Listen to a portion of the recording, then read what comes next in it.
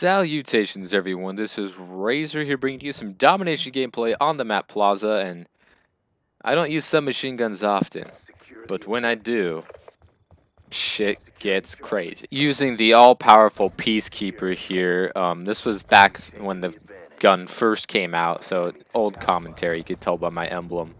So I have a red dot on it, probably because I just unlocked it, but this gun, as you know, has some fantastic iron sights. I really love a gun with a good iron sights. I mean, this gun is a nice, strong, tall, three-pronged iron sight, and you just gotta stare down that middle one. I mean, it has no recoil, so you don't really, need good iron sights anyway, but you gotta love a gun with good iron sights. That was one of the things that Modern Warfare 3 guns had going for it, at least most of them. I mean, the G36C had terrible iron sights, and I had to put a red dot on that puppy whenever I would use him, and that was a pain. But for the most part, a lot of them had very similar iron sights. And, that's not so much the case in Black Ops 2, but I love a gun with a good iron sights. A nice, strong, three-pronged, like the TAR-21 from Modern Warfare 2.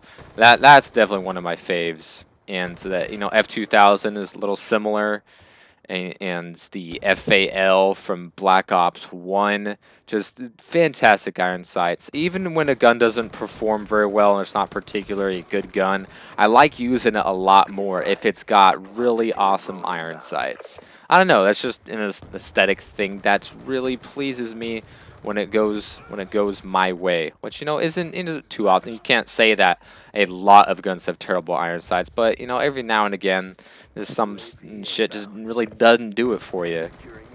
But it's especially important on your long-range rifles, like your 3 bursts or your semi-automatics. That's where the FAL and the SMR are pretty darn good. Somewhat similar, they both have a 3-pronged iron sight. Very different. And I didn't like the SMR, when the game first came out. That and the SWAT I thought were the weakest guns in the game. But since then the SWAT has been buffed twice, I believe. Just a little tiny buff here and there. Doesn't make a giant difference, but has definitely helped. And the SMR I've just gotten used to. It's not going to win any awards when you put it in the semi-automatic category because it has very little advantages over the FAL, since the FAL has, less recoil and a larger magazine, and the SMR is like a better hip fire and a better 2-shot kill range. But I've gotten really used to the SMR, and I like it a lot. I think it's got great iron sights. It's got a good feel to it. I like the cadence. It does have, a bit of recoil, which can be mitigated if you put on the fully auto attachment. Just makes the recoil go away, which is awesome when you go up against it.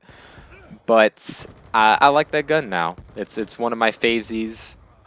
It handles really well, and I like it. Peacekeeper, as you guys know, incredibly strong assault rifle that handles like a submachine gun.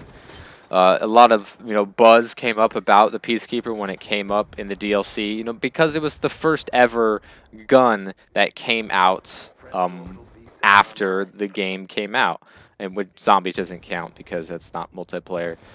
But it was the first gun to come out in a DLC, and that was really cool. But then later we learned that that wasn't really the case. The Peacekeeper was intended to be in the game, but when it went gold, they ran out of time or whatever.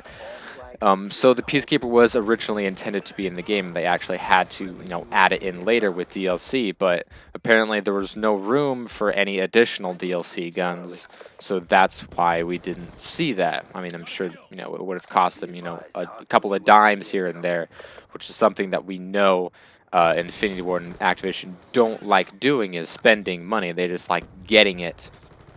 But that was a shame that we weren't getting DLC weapons. We got the false illusion that that was the case. But you can't complain about getting a gun, a little late. Even, I mean, a gun's a gun, and I would have liked to see any other weapon category get another gun outside of the submachine guns, because submachine guns were already so widely used. And when the Peacekeeper came out, you guys know 80% of people were using the Peacekeeper because they all wanted to see, what it was like, and a lot of people liked it, a lot of people didn't like it.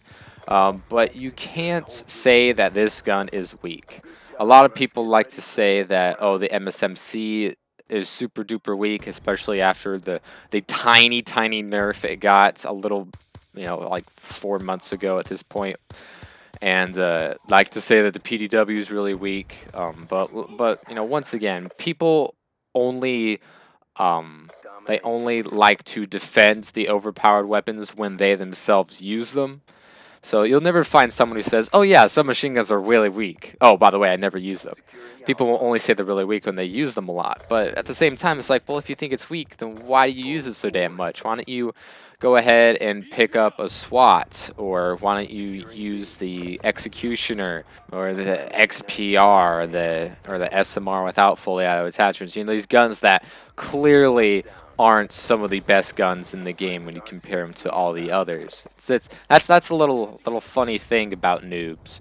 They complain about the shit that they exclusively use, which is funny. But as you guys know, I use all the guns.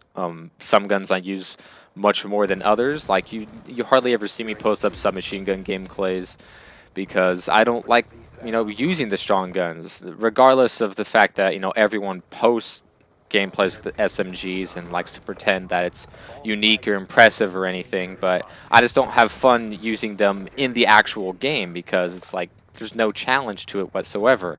If I put on a TAC 45 and use that as my only gun, I'm still going to do fairly well in most cases, but I'm not going to be able to kill someone by just holding down the trigger no matter how far away they are.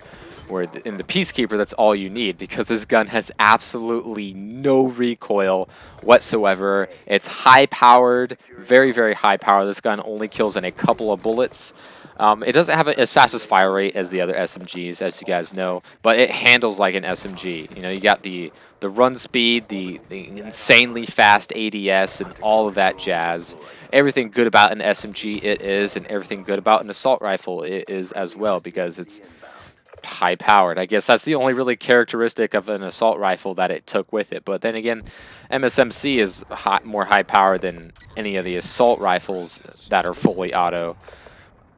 So, I don't know. You can't understand the way that some people, talk about this game. It really makes no sense. If you can't acknowledge that what you're using is strong, if it is strong, then you just look like a loser. You look like a pathetic pussy who can't come to terms with his own gun skill or the way that the game is. If you use the SMGs or whatever overpowered thing that you're using, and you can't acknowledge that it's really strong, then you just look like an idiot. It's one thing if you say put the full auto attachment on the FAL and be like, oh come on, what, you can't use the thing without the fully auto attachment? And they'll be like, some of them are honest with you and be like, no, I actually can't. It's too hard. And it's like, well, at least you're being honest with yourself and you're being honest with other people. But when you put on the target finder and head glitch, or if you put the fully auto FAL on, or if you put on the MSMC, the PDW, or Peacekeeper, or whatever, and say like, oh no, this gun's really weak, then you just look like an idiot. And I don't have time for your kind, because these guns are insanely strong. Final score here is 45-6 with 5 captures and 20 defense here with the almighty powerful Peacekeeper.